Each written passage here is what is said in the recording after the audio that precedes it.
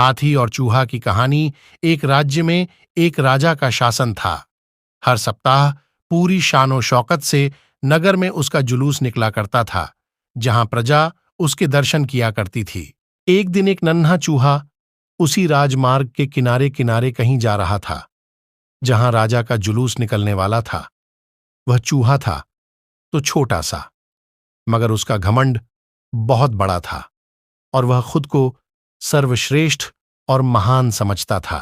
कुछ देर बाद राजमार्ग से राजा का भव्य जुलूस निकला, जिसे देखने लोगों की भीड़ लगने लगी। राजा अपने पूरे दलबल के साथ था। उसके सैनिक उसे घेरे हुए थे।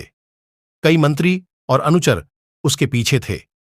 वह एक विशाल शाही हाथी पर सवार था।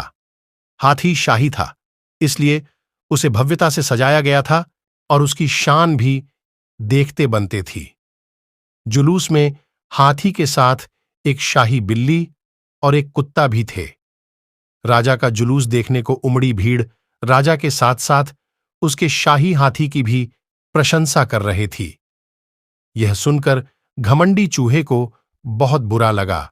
चूहा ये सब सोच ही रहा था कि शाही बिल्ली की नजर उस पर पड़ गई और उसकी लार टपक गई। जुलूस छोड़ वह उसकी ओर लपकी।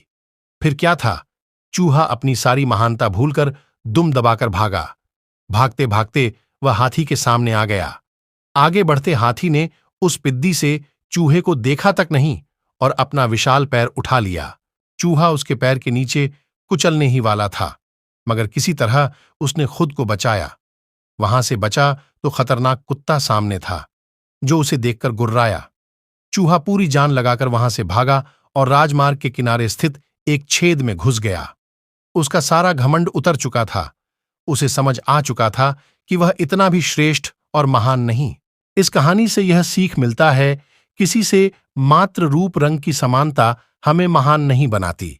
महान हमारे गुण और कार्य बनाते हैं।